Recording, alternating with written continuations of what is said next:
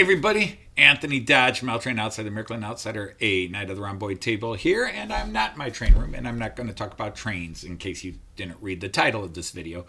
I'm going to talk about something I've talked a lot about in my live streams, and if you're one of the few who follow me on Facebook, you've seen almost daily updates. But I have been on a month-long project rebuilding a bathroom, which is just on the other side of that wall behind the TV there. This is our master bedroom ensuite, and it has a sizable bathroom area here. And for a few years, Joyce has been slowly prodding me and discussing that we needed to remodel it. And we really began getting serious about it 3 years ago. We went out and picked tile patterns for the shower area and looking at flooring and such and discussing what changes we might make. But a lot of things have held me back. Occasionally time, occasionally the cost I knew it would get into, and also probably the biggest issue was the fear of what was behind every wall and between every stud, because this house has had a history of nasty surprises. Joyce and I bought this house 33 years ago, and the previous owner was an electrician, and I wouldn't let him change a light bulb. When we bought the house, it was very pretty. Everything was immaculate. It looked like a nice house, a little small for my taste, but Joyce loved it. And I was a little nervous and hired a home inspector and paid him a full day salary to really go through, check all the electric, because I was nervous about all that. Well, he gave it a pass, so even when I looked at things and thought they looked a little awkward, he gave it a pass, said, no, that's fine, everything's good, and so we bought the house. And over the years, as we've raised our family here, we've changed and remodeled, some because of natural disasters. We had a flood that took out our basement, had to be redone, and then we had to redo the basement again because we had a few years after the big flood, we were having problems related to things behind the walls that had been affected by that flood previously. So long story short, I have remodeled every room in this house, including this bedroom, building the library behind me, and redoing the main room of the bedroom. Joyce and I together. I say I, but we're a team. But I've never touched that bathroom. And over the years, that bathroom has gotten to the point where the shower area specifically needed gutted and redone. There was we were having constant problems with plumbing issues, but also maybe hard to talk about, mold and mildew issues because the air venting wasn't working properly, which I did fix that. But there were leaks that we weren't catching. The caulk in some areas I was constantly replacing. The grout had given way in some areas, and we weren't catching it all. Plus, what I'll show in the pictures I'm going to show you here in a few minutes, there was an area that needed bridging to go from the wall to the tub. And again, I'll show that in a picture so you'll understand more of what I'm talking about. But the grout and the caulking seams in that area, plus the area itself, because originally that area sat flat into the tub. You got your wall, and then you had this little flat area, and they had put some tiles there, but they had three rows of small tiles into the tub, and the first two areas they did grout, the third area they did caulk. But over time, as the house has settled more, that area became a valley, and moisture and water was collecting during baths or showers, whatever. Even with shower curtains in there, moisture was getting in there, and it did a lot of damage. But the bathroom was looking kind of dingy and old. And then the other part of it, the cabinetry, we never felt we had enough space in the vanity for storage. So we had baskets and bins everywhere in there. And so finally, we settled on some designs. We went out and picked a new design. We agreed, oh, here's the flooring. This is what we want. Here's the tiles. This is what we want. And I promised Joyce I would do it this summer. And we went on our usual June trip. And then July was a heat wave and birthdays of kids and family holidays and national holidays and all that. So we started just going out and slowly gathering all the materials we were going to need and stockpiling it in the garage and even in the bedroom here. Just before we started the project, there were boxes of floor tiles and wall tiles here, 2 big boxes with vanities. You could barely move around this bedroom. So anyhow, what I thought I'd do is kind of show you a little bit of where we almost started and we finished, because as of yesterday, I've completely finished the job. Everything is done in and working. It was used for the first time today, the shower and everything, and we're very pleased with it. So let me pull up some pictures and just try to show you where we started and where we've gone and explain some of the things. Because when I started this project, I told Joyce it would be about 10 days to 2 weeks, and it took a month. All right, so the first thing I have to point out is that we actually started this project before we started taking before pictures. And so let me give you a little bit of the setup. I finally said, all right, we would start this project. And we have a bathroom and then a shower area with a vanity and a big wall mirror that you can see part of it there, and then it extends along another wall. And this is in the attic of our house. The attic had been converted into a bedroom sometime in the 80s. And well, I'll talk more about that as we go along here.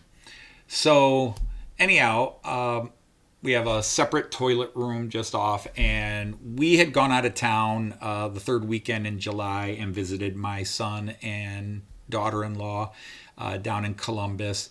And we got back early Sunday afternoon. I took a bit of a nap, and then when I woke up, Joyce just said, let's get started.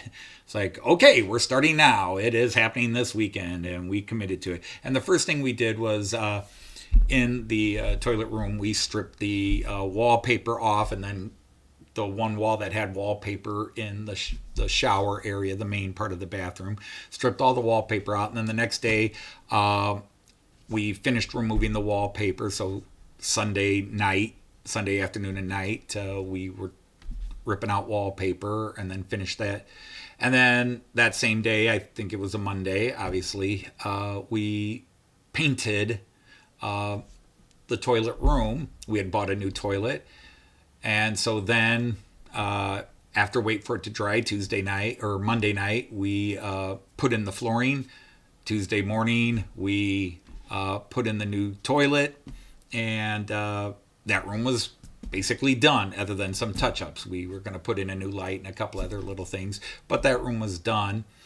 And so I think it was a Wednesday, we started with demo and demoing the main shower area here. So it wasn't a complete gut job of the entire room. But so this was taken right after Joyce said, we haven't done any before pictures. So we snapped a before one. So we ripped the walls out because we had plumbers coming on a Thursday. We had already contracted plumbers to come out and take care of this plumbing, because that is old PVCE type plumbing, and it's notorious for gumming up, and we have not had a lot of water pressure either in that sink or in the shower for years and years. It never had great water pressure, but it's really gotten bad over the last few years. And you can kind of see what the entire shower area would have been like. There's a little bit of tile down there in the middle of the picture at the bottom. That's on the wall between the vanity and the tub. And that entire shower wall area was covered with this lavender tile, and some of the tiles had a floral and ribbon design in it. A couple of towel bars were there. But the thing to talk about are when you look at the wall here, what you don't see is how goofy that wall is. That wall is not original to the house. It was added in when either the previous owner or the owner before that turned this into a master bedroom. We don't know exactly when this attic was converted into a living space.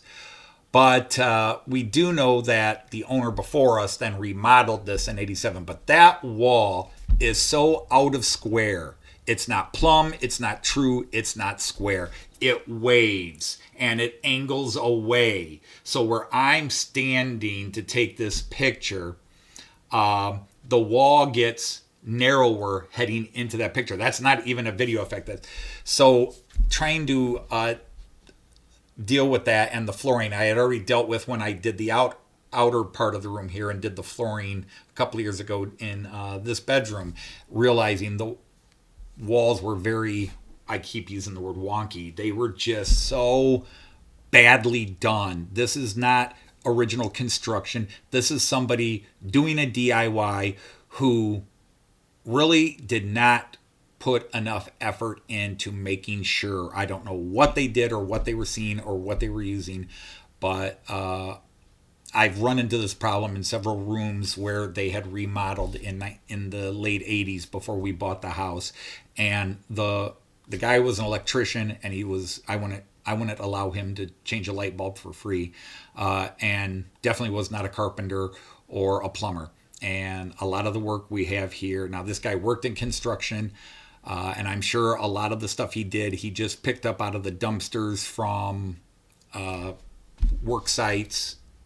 And, I don't have a problem with scrapping and using stuff like that, but what he did and how he did it was insane. But anyhow, he's got this PVC piping, and I wanted pros. I could have replaced this myself, but I wanted pros to come in and use new stuff. And we got PVEX tubing installed instead of copper or cast iron, definitely no cast iron.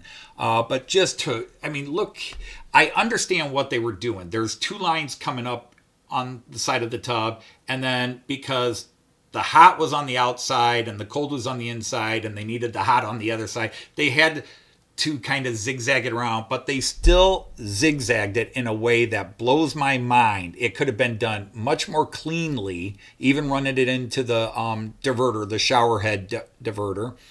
And plus there was a faucet. They just ran a cold water faucet behind the tub as well. I'm not sure what that was for, but there was just a cold water faucet tap behind there. Now, right behind where you see that's where your shower diverter, in other words, you crank it up, it becomes a shower, you pull it down, it became fills the tub. There's a hole in the wall, and that's an access panel that's partially moved, and on the other side of that is a walk-in closet. So, there was access to do the plumbing, but we wanted everything replaced, plus we were going to raise the shower head up a few inches.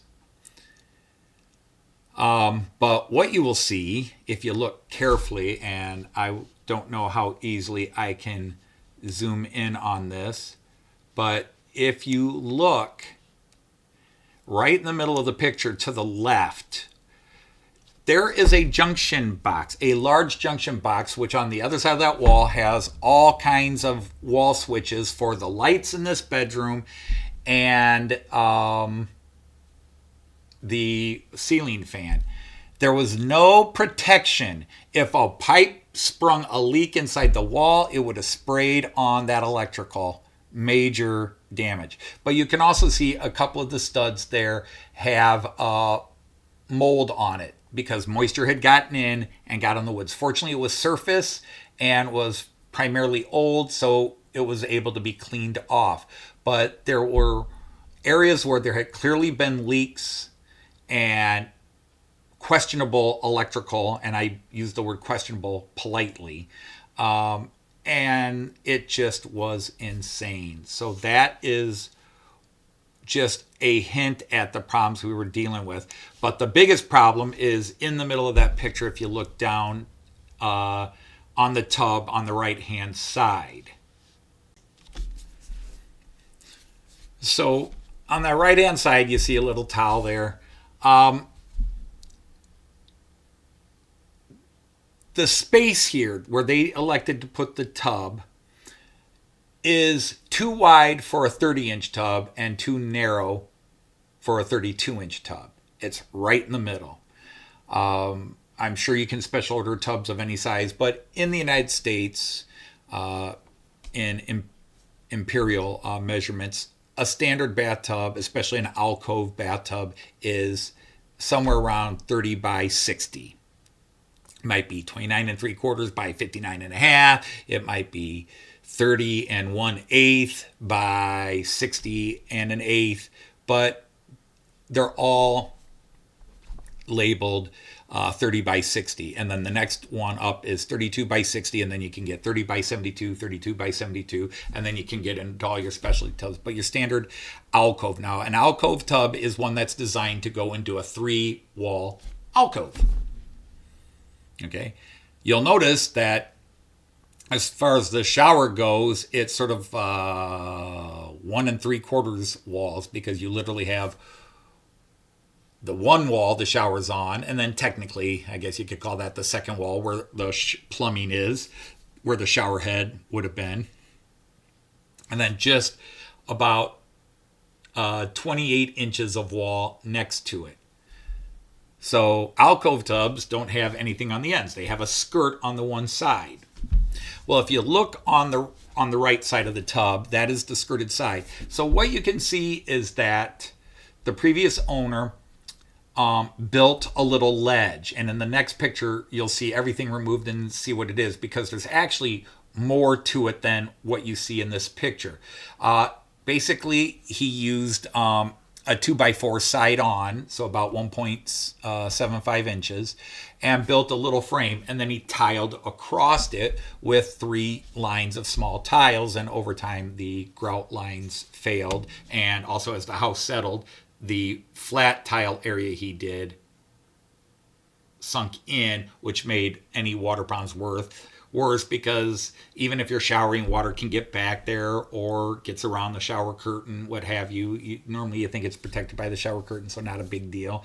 You're taking a bath and you fill it up a little high and you move around and oops, you slosh some water. Yeah. What you'll also see in this picture is if you look at the vanity on the left-hand side, there's an electrical outlet, which is about 2 feet from the tub. That is totally illegal. But we've lived with it for 33 years, and we've used that outlet. But even I bought a home inspector, and I questioned these. He said, nah, it's fine.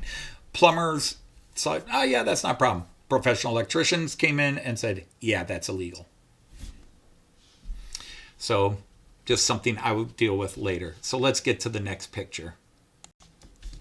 All right, so we go back a picture to show how this whole thing is. And there's the 2 vanities. You had a 24-inch rectangular, or actually, 24-inch, 18-inch deep vanity there with the sink, and then a matching little 18-inch by 18-inch deep little cabinet, and they were angled together and abutted on the edge, and then they put a little bit of veneer between the two to make it look like one piece, which was fine.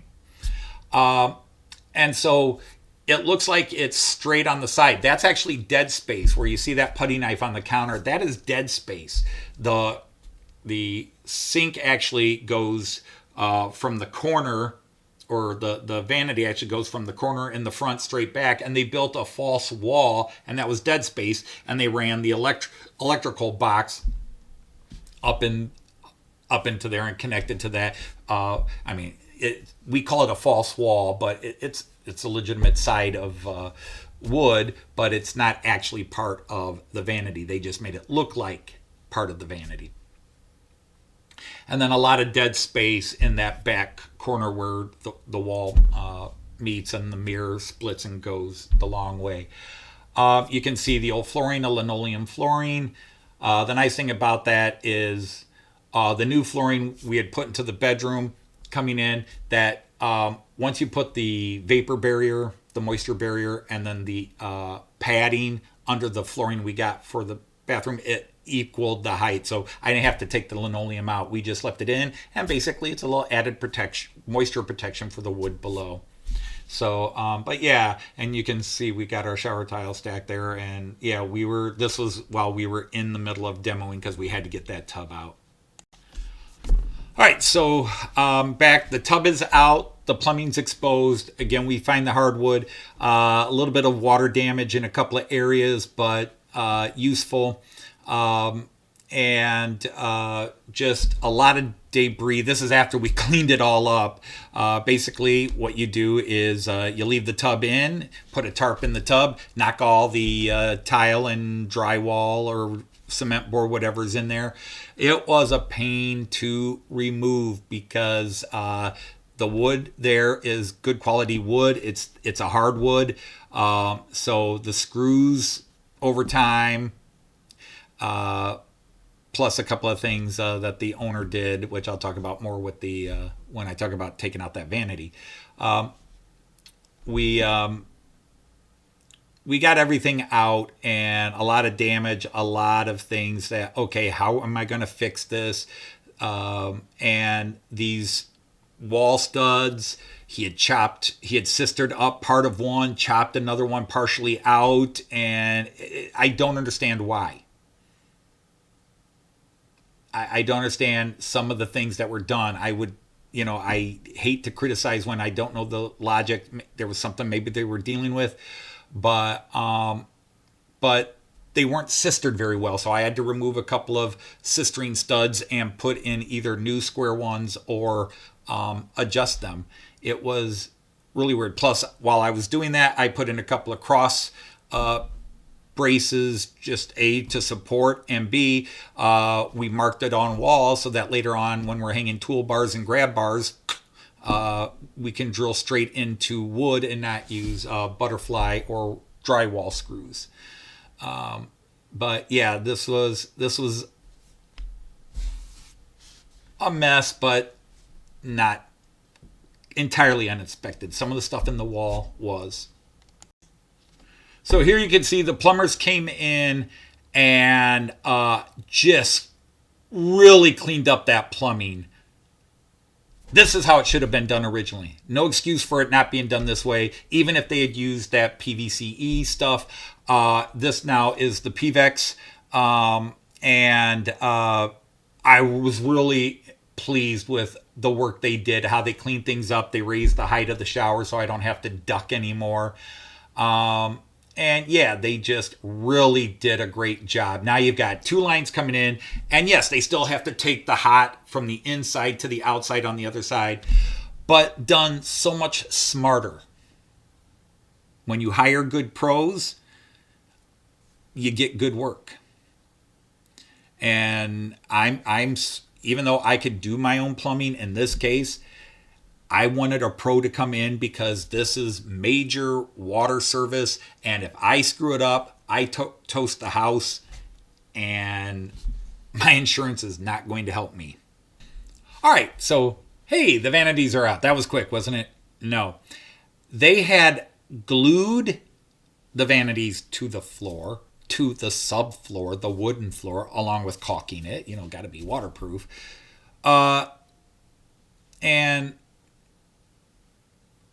yeah, let's use 4 screws and a nail or two when 2 screws or a couple of nails would suffice. And then, of course, we knew where the plumbing was, but one of the advantages that they had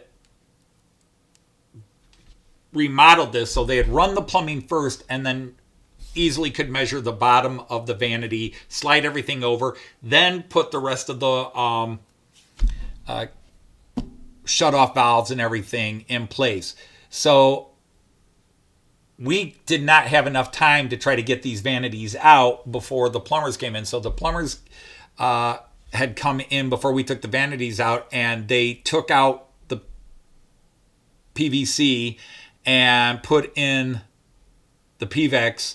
and capped everything off. And we still had to get the vanities out. So just getting the vanities out took a day and a half, because we had to go carefully. We didn't want to break the mirrors. And we had so many bizarre things we encountered trying to get them out. I was so angry and frustrated. But slowly we got them out with some saws, the reciprocating saw, the jigsaw, and the even got the sawzall and pry bar and more, and just tore these apart, literally shelf and footing one at a time. Just there were a couple of little footings that took 40 minutes to get off the floor so we could have a flat floor to work with. But yeah, we cut it out. I had to eventually go inside, crawl inside the cabinet with a mini circular saw, and cut around the piping and take out the bottom of the one vanity. And you can see it laying there wrapped around the pipes. I eventually got a little mini handsaw and sawed and then scored it and broke it so I could get that piece of wood off from around those pipes, so we could get ready for flooring. But that big chunk of wood you still see stuck to the wall, that's the story. I've already gotten half to 2/3 of it out at the stage we took this picture. But yeah, I took this picture as a reminder. The countertop was homemade. They made the countertop. He made the countertop himself. So he obviously has put the two vanities in place. He's measured. He's put in some cleats to support the weight of both, to screw the vanities into the wall and to help support the weight of the countertop. But he's not even doing a stone countertop. What he did was, and this is, I don't have a problem with building your own countertop. Save money if you got the skill. And the countertop looked good. I mean, he does have a skill at finishing things. As an electrician, he's a better carpenter, at least a furniture design. But what he did was he took 3 different sheets of plywood, 2-ply, 3-ply, no, 5-ply, and then 2-ply. So it's 7 plies total. He cuts some of this 2-ply to shape his counter. Now, then he clearly glues it to the vanity, puts glue. I don't have a problem with glue, but he used epoxy. It was overkill. Then he puts screws in. This is 1 sheet of 2-ply. He screws it in. Then he puts the 3-ply over that, but he covers the entire 2-ply with a coat of epoxy. And then he presses that in. And then he screws that board around into the vanity, into the cleats. And then he did it again with the last 2-ply. And then he covered that over with a probably Formica board, and made the front edges, which he also screwed in this way. And it's like, I have no problem with you making a 3-layer sheet of board. It makes it easier to put in and install. I get that. I have no problem with using epoxy and pressure clamping the 3 boards together. It's doing it one at a time and screwing each level and then putting epoxy over the screw heads. If you use wood filler, you can dig the wood filler out and take the screws out. You put epoxy in a screw head, you are not going to be able to get that screw out by using a screwdriver or a cordless drill or any bit like that. It was an insane way to do it. 3 levels of screws, and then another layer of epoxy, and it took me a day and a half to get this stupid countertop out.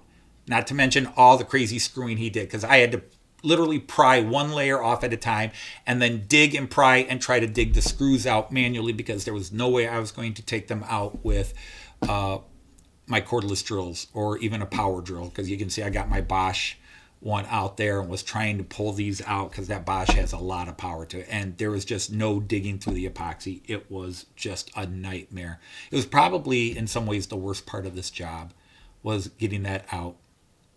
And I get mad thinking about it, because it was just done so stupidly. Even the cleats were adhered to the wall improperly, and then because the wall was wonky, because they built a wonky wall, they in some cases doubled up, and then they also just scored out some of the plaster. They just scored out a bunch of the plaster and sunk the boards into the plaster, which I then had to patch all that before I could set it up. But yeah, this was the worst part of the job, and it's hard to believe we're already a week into, or going on a week into this job by the time I get this all done, because I originally thought this would be a day job. All right, with the vanities out, I can now start focusing on flooring. But before I do the flooring, obviously I've got a lot I've got to do. I'm going to have to rip more of that baseboard out. I've already decided I'm just going to leave the linoleum in there, but this section didn't have linoleum, and it didn't have the additional subfloor. It just had the base top, which also would be a subfloor, over it from when it was just an attic and would have been used for storage, just a thin sheet of plywood. But the difference in height was exactly the difference in height of the flooring that we used in this main room. So I had 3 boxes of flooring left over when I did this bedroom. So I just cut some pieces and just leveled it off here, so there'd be a nice, because the reason you do this, if I'm just going to put vanities where there were vanities, I could have just left it alone and filled the gap. But we were getting bigger vanities, but also the vanities we have a recessed area. So you would see I had to level this floor out, and then I am going to floor all the way across, and the vanities are going to sit on top of the new flooring, as opposed to a lot of people put the vanities in and then just build the floor up to it. But anyhow, this leveled it out perfectly. And it took a little bit of work. You got to work that angle and everything else. But after this, we're ready to do the flooring. We're ready to take the flooring that we've already started in the toilet room and extend it into the shower bath area. So this next picture actually shows a couple of different steps accomplished. Before we put the flooring in, we decided to paint. And repaint the ceiling one color, paint the walls the same color as the walls in the toilet room. I got new light switch covers, so once we finish painting and let it dry. You'll notice I didn't paint all the way over, because there's areas I didn't need to paint because it's going to be behind. But I actually still painted most of the wall just because it was so ugly. I gave it a coat of paint. I'd actually eventually paint even that ugly little corner on the side there, and that's the junction box you can see hanging on the wall there. But I got all the flooring across, and was very, very, very pleased with the job here. We weren't going to obviously run the flooring under the tub.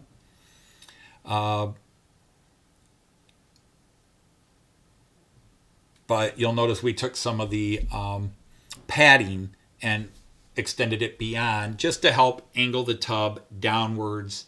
Tubs already come with a bevel and a slope in them so that they drain easily, but nothing wrong with giving it a 1/8 of an inch, 1/16 of an inch boost.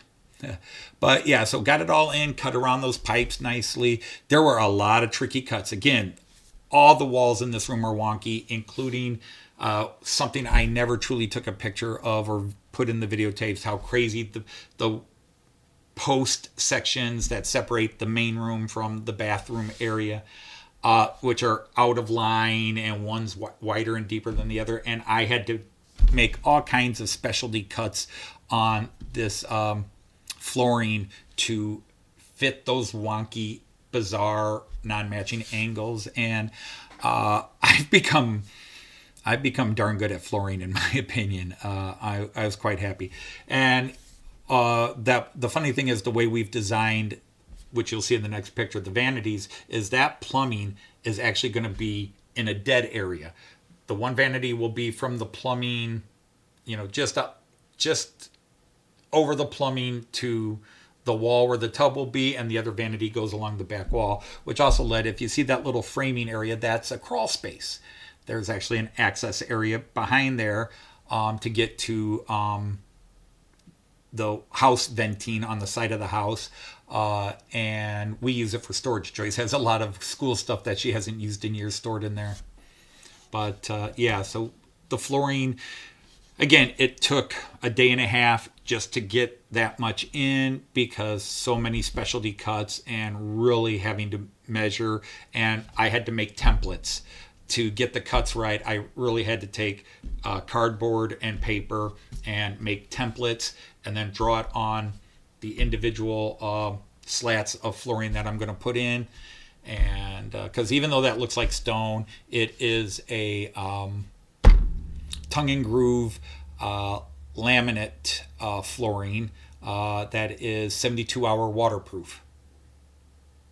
It's aqua something, I forget what it's called, but it's designed to go into bathrooms and shower areas. So good stuff. Oh, the next step was we got the two vanities in and positioned, because we had gone out, chosen a countertop, and we were given a date that we had to have the vanities in place by. Before I go on with that, you can see where that wooden framing was for the crawl space. The vanity was, even despite our measurements being pretty spot on, that vanity was just about 1/4 of an inch. So the first thing I did was I just cut 1/4 of an inch, actually more of 1/8 of an inch, and I cut 1/4 of an inch off one of the frames and put it back in. It all fit, but I just thought it looked horrible. It was originally just a piece of plywood, I think 3-ply, and then he built a wood frame around it to cover that space. And I had gone in early after buying the house. I had gone in probably the first winter, because we were feeling a cold draft there, and I'd put weather seal inside the area, so when you put it in, it contained it. But since I was redoing it, I went ahead, took it out. I used 1x2 framing stock, then put insulation on it, and then I just had a couple of pieces of flooring, and I decided I wanted them flat rather than the frame sticking out. This would just smoother. And yeah, I used the flooring. I think it looks kind of cool, but some people might think it was tacky to use the flooring going up the side of the wall there. But that is a accessible crawl space, and we had to leave it accessible. What you don't see is the absolute hatchet job I had to do to the one vanity, because my goal was to put these two vanities and then create a little piece and join them and make it look like it was just one L-shaped vanity. But where we had to put where the plumbing is, I had to rip out the bottom, a large section of the bottom, so the plumbers could get in and get through, because this vanity actually had the two doors, but then it had a drawer side, and the drawer side is the one that I'm blocking, and I took out the drawers. But there was a thick, these vanities were extremely heavy. It took 3 of us to get these up the stairs and 3 of us to move them into position. My daughter, Elizabeth, helped us put this all into place because these things weighed a ton. I will give them credit. They're made out of MDF, but they used the equivalent of 2x4 and MDF plus other things. These things are heavy and sturdy, which is great because they would support the countertop we bought. But the flip side is I had to cut through these and I couldn't get a circular saw or anything else. I either had to hand saw or drill and use a small jigsaw and cut out these areas so the plumbers could eventually get back in there. So when you open those doors, you see part of this floor cut out. I've rebuilt a false floor for it. And then that way they could get back and get into the plumbing there. And you'll see some of that a little bit later. But again, this was a tough job cutting through all that MDF in areas where you got to be careful because there's plumbing, there's electrical, and laying around there. There's, the electrical boxes hanging. But the flooring's in, the vanity's in. This is the first time Joyce and I look and start to think, okay, we're seeing this. These look good. Joyce went out and bought the new poles, the handles and poles for everything to match all the accessories we were going to put in. We had already picked the towel bars and the shower head and everything. We had that all picked. And there's even a new tub sitting just outside where the tub wall is. There's a tub sitting in front of our TV in our bedroom waiting to go in. But we wanted to get this done first. We had to get these in first before we put the tub in. All right, so again, the tub, maybe 15-minute, 20-minute job. Took quite a bit longer than that. We brought the tub in, put it in. It is a stainless steel lined tub. The previous tub was heavy duty acrylic and enamel. And yet this tub probably weighs maybe 5 pounds more. But we really were not, the new acrylic tubs we don't trust. Old acrylic I think was better than new acrylic. So we put in the stainless steel with an enamel coating on it. But again, dealing with the wonky walls and putting this in. To square it to one wall, it's out of square with the other. So you got to try to find that happy middle. So technically, my tub should be in the alcove or partial alcove like this. But it's kind of in like that. It's kind of angled in. But being an enamel tub, I used... nobody seems to make them anymore. They used to be called tub clips. So that when you put a tub, an alcove tub in, the old and the stainless steel ones still do this. They have just a little bit of lip. The new acrylics are really high, and they tell you they're caulkless. That the edge of the tub is so high, you just put that to the stud, and you don't need to caulk. But when my dad would put in tubs, there were these little clips. You drilled them into the stud, and they held the tub in place so that the tub would not wiggle. I guess today they decided that and you sheetrock down to it. You sheetrock down to the level of that lip on the side of the tub, and then the tile comes all the way, and I guess they assume the tile holds it into place. But my dad always did it and taught me that you put these clips in. Nobody had the clip, so I used stainless steel washers and a screw and locked the tub into place onto whatever studs I had available. But once again, you can see the gap. You can see there's a gap that I'm going to have to accommodate. But the tub is in. We're happy. Yay, tub's in. Yay. Big step. And then just to help support the weight of the tub, because again, I'm worried about weight. We are over a load-bearing wall that goes pretty much where the left-hand door of that vanity is. There's a weight-bearing law below. So it probably can support, but so I put a 2x4 up there to rest underneath the lip of that tub just to really help hold it and brace it. So the next step then would be getting the sheetrock in. And this is the first time I've used this. I've always used Durarock and so forth, so this is the first time I've used this particular type of sheetrock. I liked it. It was sheetrock's always hard to cut, but I had the right blade, so it was fairly easy to cut. It hung well, very straight, very level, sturdy, and there's a lot of special cuts you have to make. You have to cut the little hole to fit around the pipe, so you can see I've done that. But it's heavy. This stuff was heavy. This was 1/2 inch, and it was heavy stuff. We bought 6 sheets.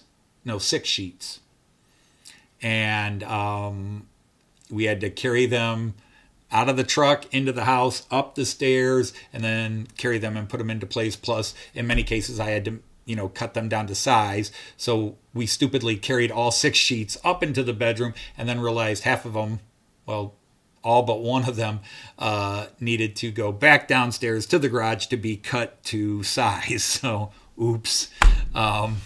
Yeah, so that just made it worse. But again, the sheetrock's going in nicely. One of the things I did was, instead of doubling up the sheetrock as the previous owner had done in that upper right-hand mini wall part of the alcove, I decided, what the heck, I was just going to do one sheet and cover everything up and make it level, which meant that the space was actually going to be slightly, well, it couldn't be bigger. It was always going to be 1.5 inch. I actually did leave that one 2x4 that you saw in an earlier picture. I left that in place. It was in solid shape, and I was going to use that and then use a couple of more to build the new box that would be built. But anyhow, and you can see I've added a couple of 2x4 joists, and I've tacked in some pieces of wood just to make places for drilling in for towel racks, and also just weight support of these boards. Yeah, it was, I don't remember how long it took, but it was a labor intensive job, of course, and you're trying to protect the new tub, and you do your best. But that little triangle area you see where the shower head is now moved to, the ceiling waves. And then there's a little square top you can't see, and then it comes down, and that waves. Oh my God, those walls were so wonky. And I did waste part of a board trying to get that cut, on top of trying to put the hole in it for the shower head pipe.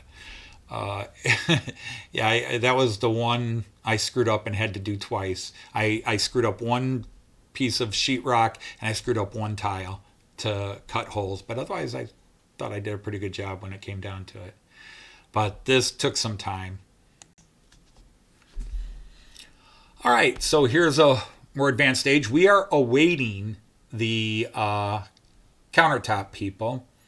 And you can actually see on the right vanity, you can see through the corner where I haven't put that slat in. I actually had been testing pieces and just putting them there for some things, but getting ready for the countertop people to come in and measure. But backer board's all done. But one thing I had to do, which I knew I'd have to do, is this is an alcove tub. So if you look at all the other pictures I've shown you, the tub is empty on that end because it's designed to go into a wall. Well, obviously there isn't a wall here.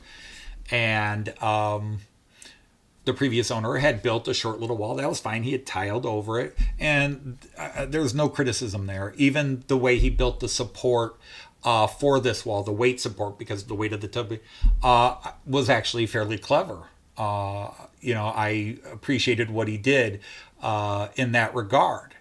There were a couple other things that I thought he did crappy, including the way he mudded and put the tile on it. But there was a short little, what we call a pony wall, but it's not even a pony wall. It's a Shetland pony wall. It's a 1/8 wall. And so I had to sheetrock around that and make sure it's at the right level so that tiles will sit a certain way. And I had to design this ahead of time. How was I going to do this? So this actually took some time to sit down, draw, build the frame, make sure everything was at least 1/16 of an inch accurate, and then get it all attached and then supported. So now the tub is already prevented with the clips I put in previously from pulling backwards, but I put in some stuff just to make sure it was not going to move backwards at all, and then put that wall up. So it's I was quite pleased with this is the first time I've built a little wall like that for a tub, but tiling it is the real issue. Otherwise, now some people are like, why are you doing all that heavy work after you put the floor in? Shouldn't you put the floor in last? If you're going to do a floor where you're going to put everything on top of it, you got to do the floor first. So yeah, we built this all up and mudding, and I get some waterproof stuff that I put on the seams between, so you can see I've started doing that. Some waterproofing things on all the seams here of the cement board. Maybe it's overkill, but especially with that electrical. And by the way, you don't see that. I put in a waterproof membrane. I built a little box frame in there and waterproof membraned over it. Just a little extra safety and security in my head. Yeah. Oh, once the backer board's in, tiling starts. And Joyce and I had gone with 1 by 2, 12-inch by 24-inch tiles. I forget what this was called, Arabescato marble, something similar to that. And we had we had bought 7 boxes, I think, of it. And we always buy 10 to 20% more than we think we'll need, just on the safe side. And we actually were laying it out wherever we had space, because this was a construction zone. We had boxes or bags of my tools everywhere, and tubs of mastic and joint compound, and you get the idea. There wasn't a lot of room, but we were laying out tiles, trying to match up what goes where. Sometimes we put in a couple of tiles. Joyce says later, because I was letting Joyce do some of it, but I would come out and throw out my 2 cents. Like, oh, that's a pretty piece. We should get that in. But Joyce said early on she was only thinking top to bottom, and she wasn't thinking side to side as much, and neither was I, to be fair. So, but as I was telling Joyce when she was a little worried about it, I says, once you put this in and grout it, even those wonky areas develop a little character. Your eyes will blend them together. There won't be anything where your eyes are just glaring at it going, oh my God, that's so wrong. As long as you get the idea, like, this is busy on the right side, so the next piece above should be busy in this section of the tile. And we went with, we could have gone third spacing or half spacing. We went with half spacing, which in some ways was nice. It reduced the number of cuts I would have to make, but it also made certain cuts even trickier. So we started on basically the center wall, and then we wrap around. So in many of these cases where the tile wraps around, it's actually, we just started with the 12-foot and then finished the wrap. The piece we cut off just became the start on the next, going around the wall both ways. So it really kept that fluency of the veins in a lot of places, especially the most eye-catching part, which is dead ahead. So you can see there are veins that just come off the side in that corner and then go on into it. So we did not do the most perfect job. The only way you can truly do a perfect job is if you pay the big time money and with a big time marble guy, and then they will cut you a wall and then number the pieces for you. But you're going to be paying about $40-50 per tile to get it that precise. We got this on sale. I forget what we paid, but it was a lot less than I don't remember. Was it $2 a slab, maybe $3-4 a slab? I forget what, but it was for as much as we bought. It was not expensive. It would have been more expensive to buy the tile that was already on the wall than to buy what we bought here. And it just meant less grouting, less seams. And we were happy with that because the previous bathroom, it was all 4-inch square tiles and a lot of grout lines or 4 by 6-inch tiles. And it was just so many grout lines. And when they started failing and when you started getting the mold and the mildew in them, it was just not. So, but yeah, did the nice cuts, and you don't have to, you got to make sure it fits around the space you need it to fit. But you don't have to be perfect with your cuts around the pipes, because the end stuff, the shower heads, the spigots and so forth, are going to cover those holes anyhow. So you can have little mess ups on them. Don't feel too bad. But again, we dealt with the wonkiness of the wall. So, again, this wall, that long wall to the left in this picture, waves a bit. It's not square to begin with, and it waves. And you can adjust to that more with a 4x6 tile or a 4x4 tile than you can with a 12x24 tile. When you've got a wonky section on the wall and you're trying to put that 24-inch tile on and it's catching that little in place and you start to press it in, it goes this way. You really have to heavily mud it, and then just try to go around the seams and mud it in. But even in this, if you look closely, you'll see where one tile is slightly past the other one or bulges out a little bit because just how wonky the walls were. I hate to make excuses for work, but yeah, I mean, we're dealing with insane wonkiness. But the other thing I want to point out is in this picture in the middle bottom is I built an additional frame using 2x2 pieces of lumber. So basically same width as the side of a 2x4. And I built a little frame with 2x4. And then I put a thin piece of plywood over that. Then I put backer board over that. Then, I put over that plywood, I put, before I tiled, I put a waterproof membrane coming partially down that little short wall and over that piece of plywood that is now over the tub. I put a waterproof membrane coming both ways so the corner is waterproof.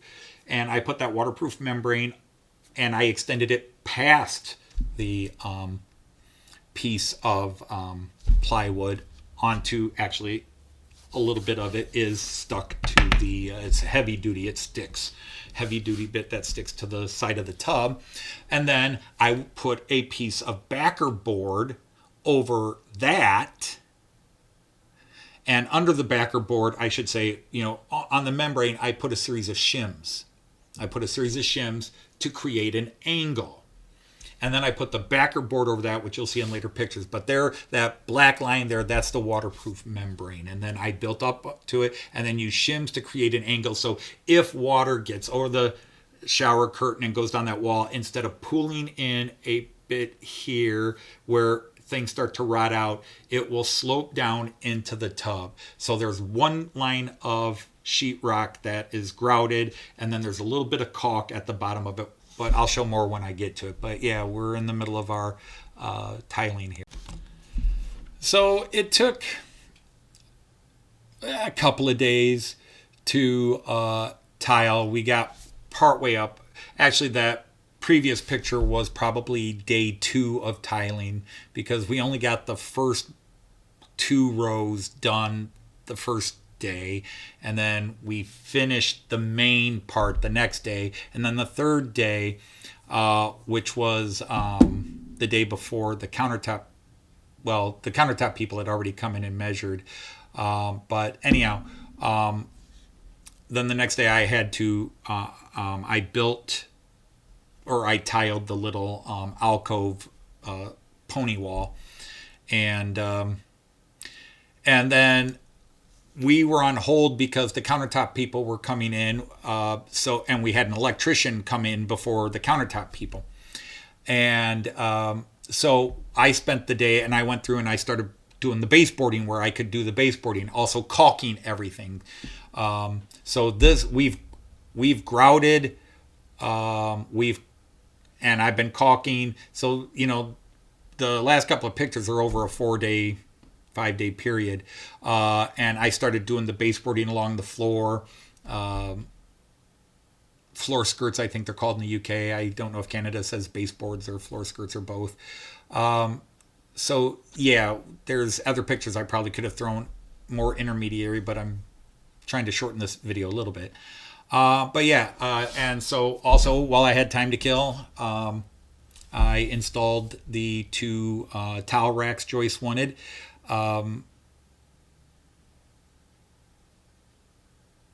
The previous ones were, I think, 21-inch ones. I put in 18-inch ones just because we're changing dynamics here. And but those are in rock solid. I mean, yeah, they're in quartz, or not quartz, they're in ceramic tile, but it's still, I put them into 2x4. So with heavy duty screws. So you could probably do chin-ups on those towel bars. But everything's in, and this was the first time where I really stopped, even though there's no countertops on the vanities. This is where, you could kind of see the picture, but this is where Joyce really, I think, started seeing it. Because once you put the grout in, like you see here, the odd veins just kind of the things that you think are wrong just disappear. The only thing I'm not happy about, and I'm going to have to live with it, is if you go to the very top of the shower area. Now, notice that the main wall we took all the way to the ceiling. We did not go all the way to the ceiling on the long wall. That was never our intent, but now I kind of think maybe we should have. But I could always go back and just glue new tiles on there. Just scratch up the walls that I've painted now 3 times. And put some tile adhesive and squeeze them in, and then just grout them again. But now I'm happy with it where it is. It's at the same level as the other side. So the tile lines are the same on the opposite sides, and then we just have the middle area because that's where the shower head is, and that's where you're most likely to have, like, over time the washers in your shower heads might break down and you get leaks that shoot back on the wall. So they're going to shoot on that area. So it was just a more water security, water damage protection to just go ahead and take the tiles all the way up. But again, yeah, it might have been cool to take it all the way up. But you can see what I did was, instead of where he had a couple of different little, I don't know if he was using framing tiles, bullnose tiles, or what. I'd have to go to the garbage can and look at them again. But he ran a couple of lines of tiles down there. I have one piece of tile. Just one big piece of tile that sits along that tub there in that upper right hand area. Just so that is, as I explained, I built a box to support a piece of plywood. Plywood then had, and as well as the wall behind it, waterproof membrane, and then backer board, and then on the backer board, the shims, the angled shims, to slant it downwards, and I used hard plastic.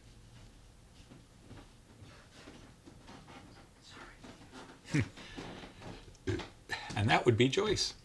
I forgot to snag my mouse.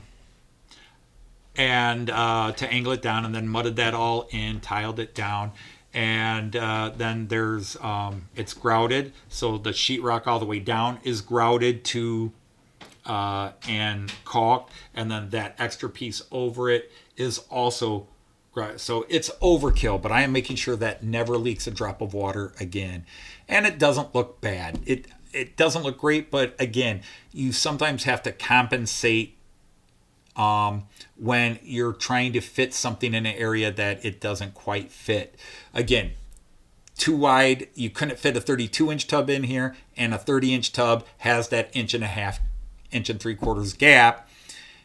So unfortunately, we could not. Now, again, if I wanted to fit a 32-inch tub in there, I probably could have cut into the wall, but that would have been so much work.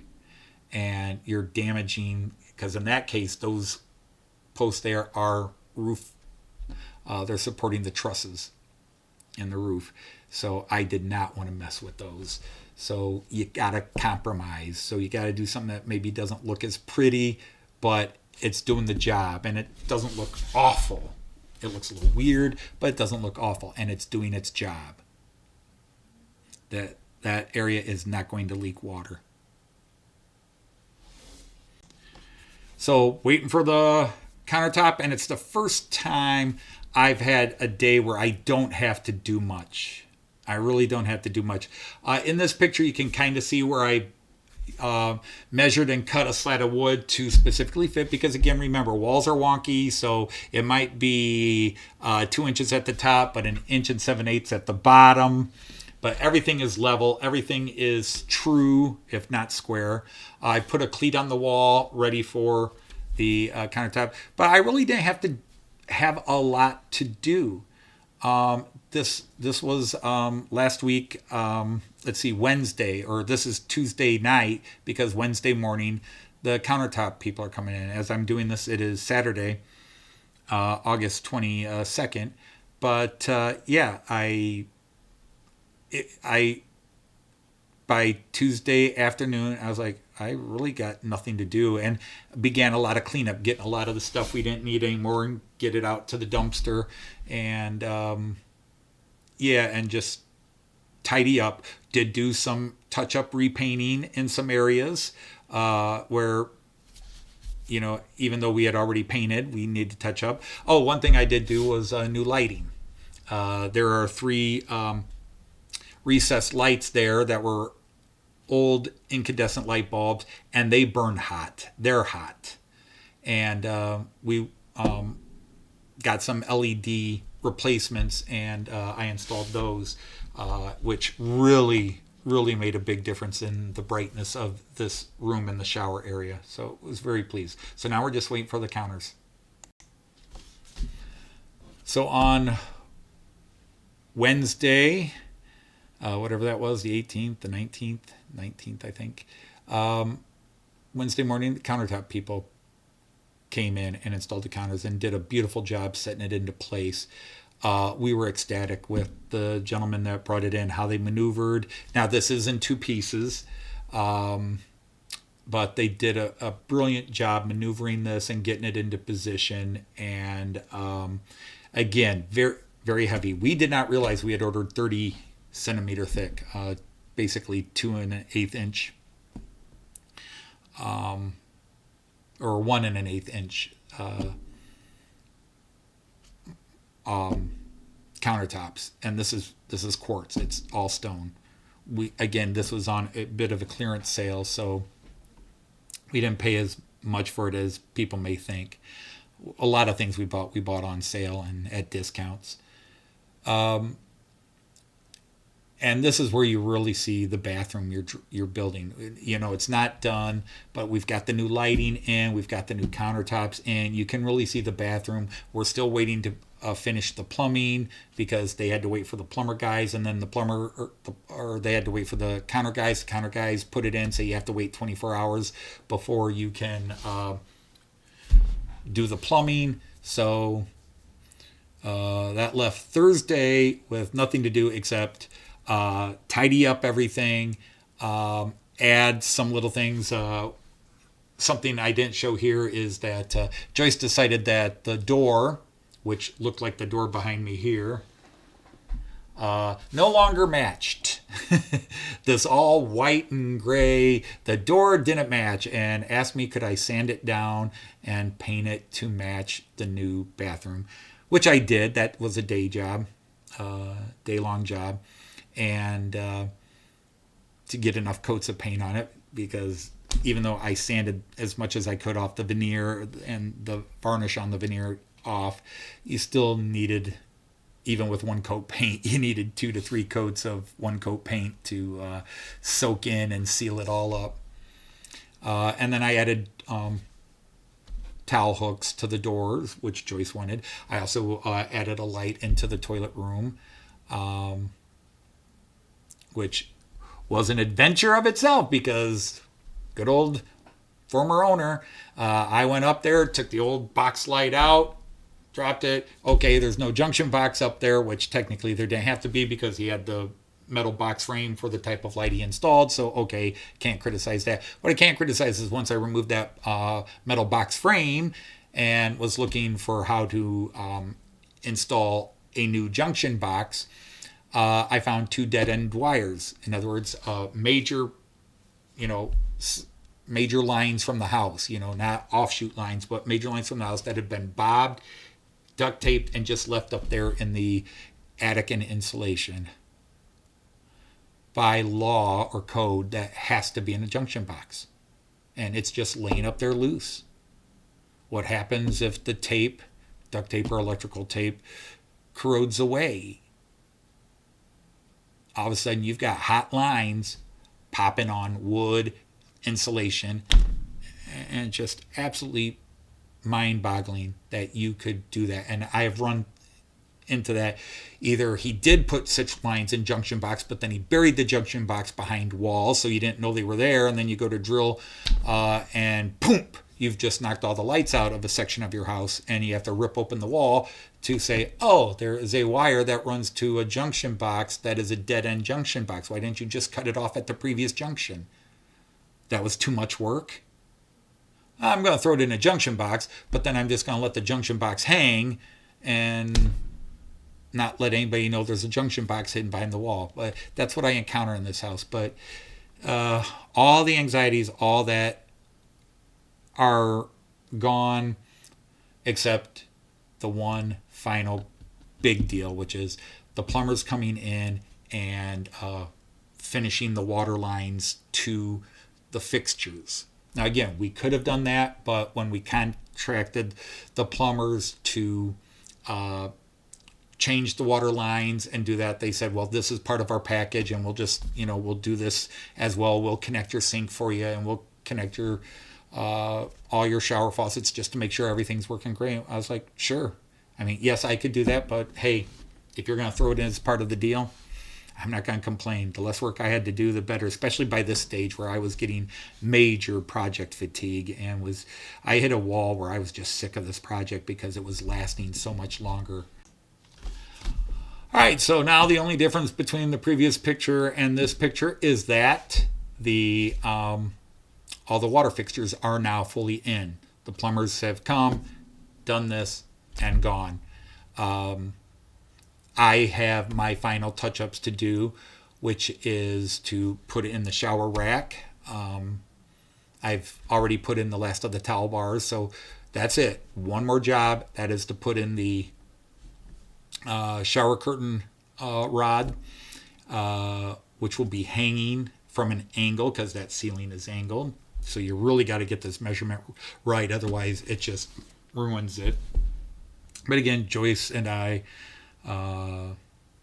handled it with ease. We've added all these finishing touches that took areas that looked rough and made them look good. Very pleased with all the little finishing touches we did. And then that little black circle, that is a pop-up electrical outlet. And it's got also USB ports on it. And so because everything is now USB charge, I've got a hair trimmer and that's all USB powered. So pop it in. Joyce's hair dryer can pop it in there. Although we do have another outlet at the other end of the countertop. But yeah, we've now got this really nice little setup, and it's within code. It's legal. It's all good. So here it is. We've put the shower curtain bar in, got the shower curtain and the liner in, and added the towels.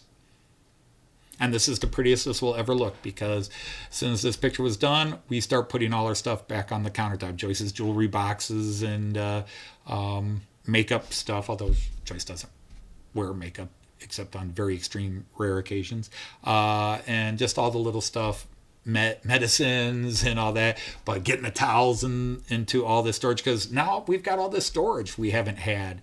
We had that little, if you go back to the beginning, we had that little 24 inch by 18 inch deep vanity, and then the little 18 by 18 inch vanity, or 15 inch by 18 inch vanity, whatever it was.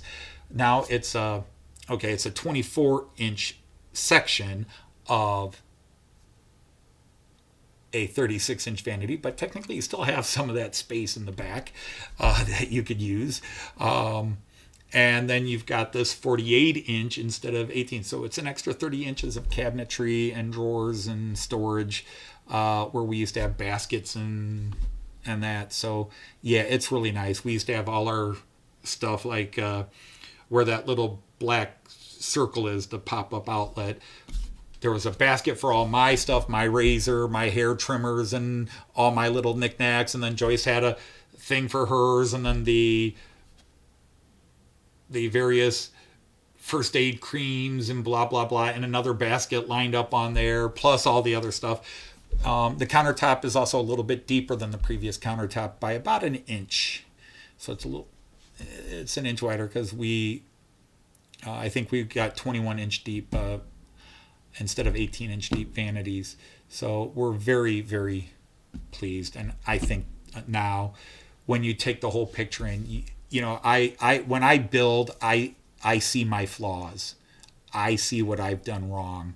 I see things that I could have done better.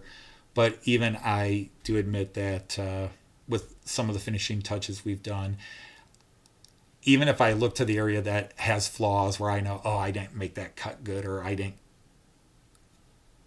make the caulk look neat there as I wanted it, because my caulking skills are deteriorating. There's a couple areas where the caulk does not look as good as it should. And every time I tried to clean it up and fix it, I just made it worse. But everything is caulked, and everything right now is waterproof. We filled the tub up late last night and tested all the plumbing, ran the shower heads, everything.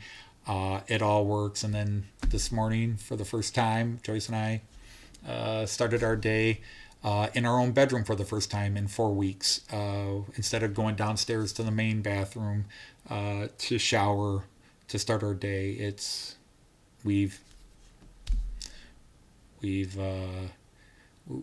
back in here, and we have spent today. Joyce is already doing schoolwork and things to get ready for her students on Monday, but we've got most of the tools out of here. The bedroom is almost a bedroom again. It needs a thorough dusting. There's so much sawdust. We tried to clean, but the sawdust, the cement block dust, all the little things, it's a lot of things are coated. We've tried to protect, like the bed area from all of it. But yeah, this is a major upgrade. The shower, I wish I had a picture of what the shower looked like the day before we started demoing it, because the wallpaper was 80s. It was a off-white background with lavender flowers and green vines sort of thing, and then and other stuff, as well as off-white lavender stripes as a border, and then the tiles were this dark sky blue, and then also had the lavender and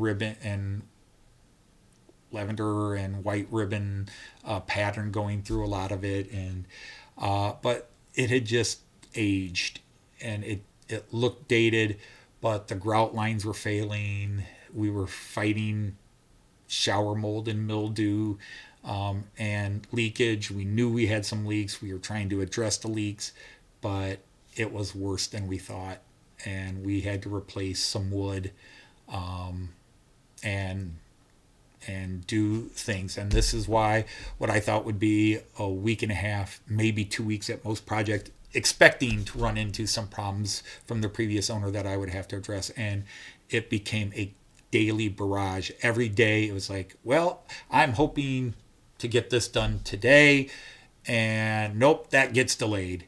And then you say, okay, well, I should be able to finish this tomorrow and then start on this. Nope.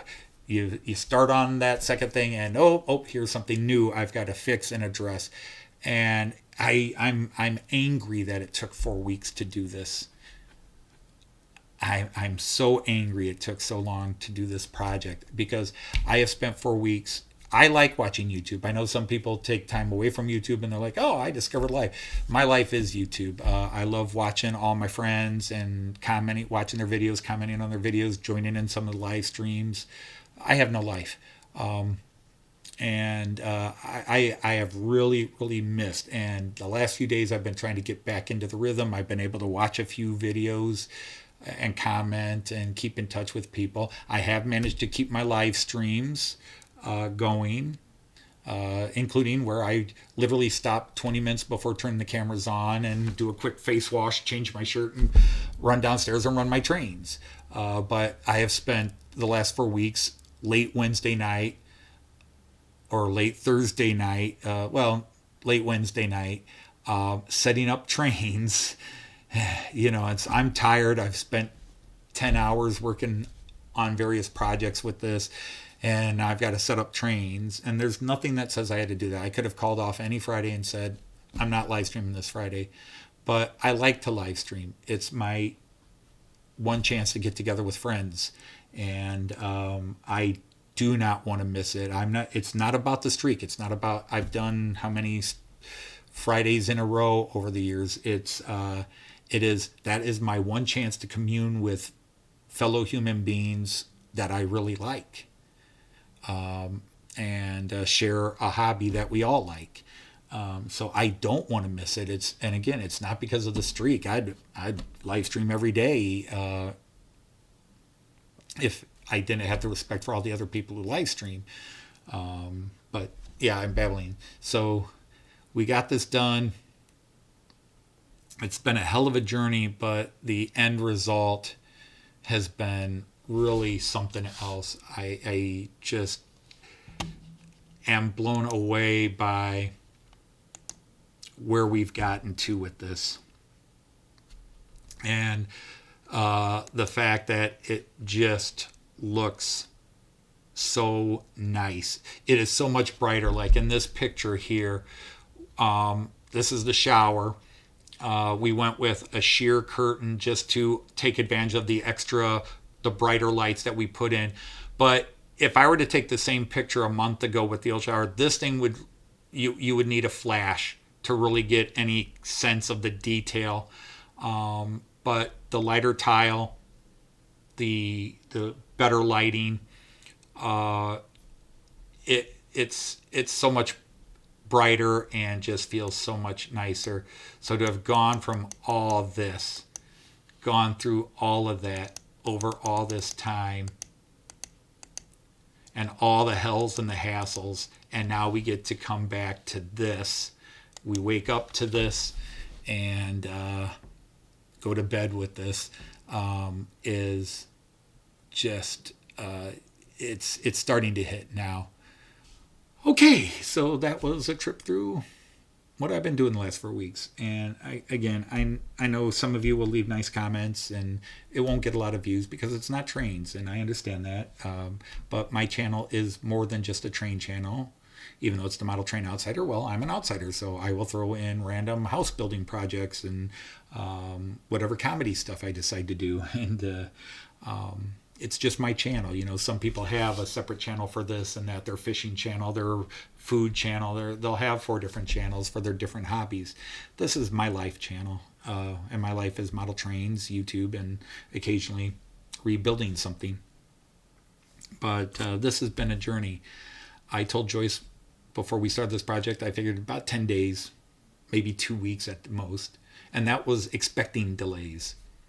In my brain, if there were no serious issues, I would have been able to knock out the vanities in half a day, do all the demo in a day, do all the sheetrocking in a day, the tiling in a day or two, and done. Other than the plumbing and whatever electrical fixes you got to do. So 2 weeks, I think, was generous. And as it is, it took 4 weeks because of all the added projects that got done to this.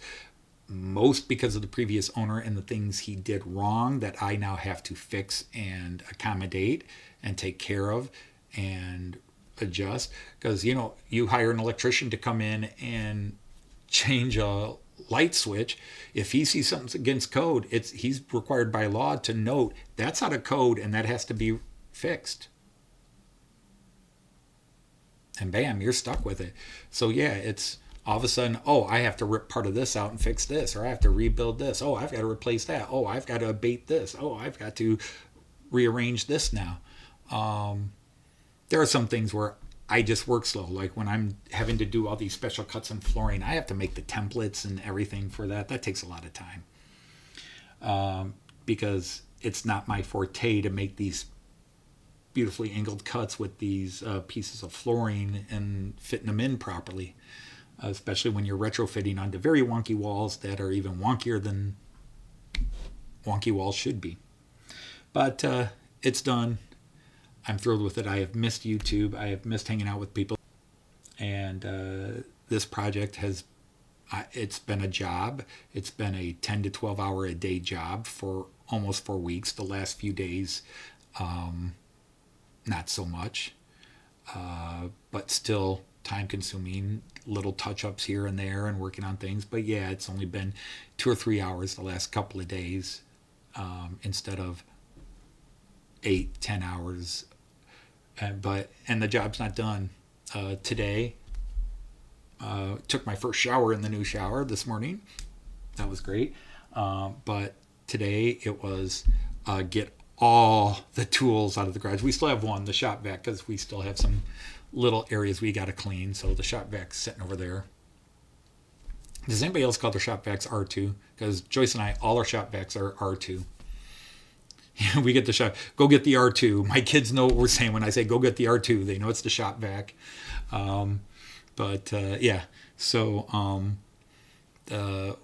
but it was getting all the tools, all the construction stuff, picking up. And we still got to clean this room. We've got to dust, because all the sawing, all the stuff that we had to do in room, no matter how much, like we'd have plastic tarps up protecting the bed in case we had to do heavy work that led to dust. But my desk actually has a nice little film on it right now that need to take everything off and just clean it all. And then my garage was a disaster area, so I've been working in the garage the last couple of days as well, cleaning and putting things away. I finally put my saw table and everything away. Today's the first time in a month that we've been able to park our truck in the garage. So that will go back to normal. I'll go back to driving my Charger. And then my basement, which you guys know from my model trains, there's an area called the workroom. Well, I have just got boxes and bags of all my tools that as I was using them, I'm bringing them up, and now I'm taking them all downstairs, and just everything's a mess in my work area because, I'm scrambling through, I need this, and I know it's up in here somewhere, blah, blah, blah, yeah, it's been a mess. So even though the job's done, the cleanup, the new bathroom looks nice and clean, but the rest of the house has been trashed because of so now I have to rebuild the rest of the house to clean up from that. No, it just needs a good cleaning. And the garage, my poor Charger, it's been in the garage for a month because I've been driving the truck and my daughter parks behind it, and so we haven't used the Charger. I used the truck to go pick up all the tools and things I need. So I'm doing all the sign on that table. My Charger is supposed to be black, but when we took it out of the garage earlier this week, because I had to work on it, it was brown. It had such a coat of dust on it from the sheetrock and the tiles and everything. We had to take it to the driveway and just rinse it off before you could even drive it anywhere. It was such a mess. And so everything in my garage has a nice layer of fine dust on it. So sadly, even when you're done with the job, there's that last job. But it's done. After all these years of Joyce wanting me to do it, I've done it, and I think it looks good. I'm pleased with it. And as long as it doesn't leak over the next few days, because I'll still be checking every morning. After Joyce showered this morning, I ran around and looked, okay, flashlight. Nope, I've got tissue paper. I've got tissue paper under the pipes. And I'll check. And if there's a drop of moisture, I will be running water and looking to see where did that drop come from. But yeah. So thanks for watching, everybody. Auf Wiedersehen, tschüss, and happy remodeling.